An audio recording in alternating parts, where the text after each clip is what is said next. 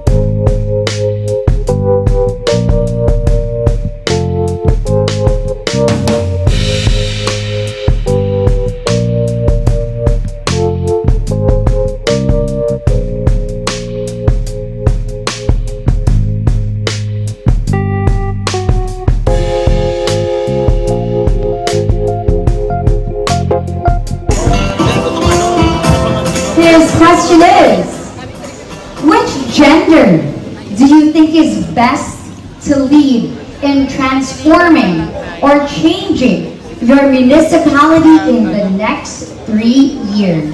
Palitan ng damit siya. Higil kita po. Siyempre, I believe that any kami gender, commentators. as long as you can positively impact our community, and people should not be gender biased in their choice in electing leader. As long as they have the knowledge and expertise, we should support them. A true leader is about actions and abilities, not their sexuality. Thank you. Ito po.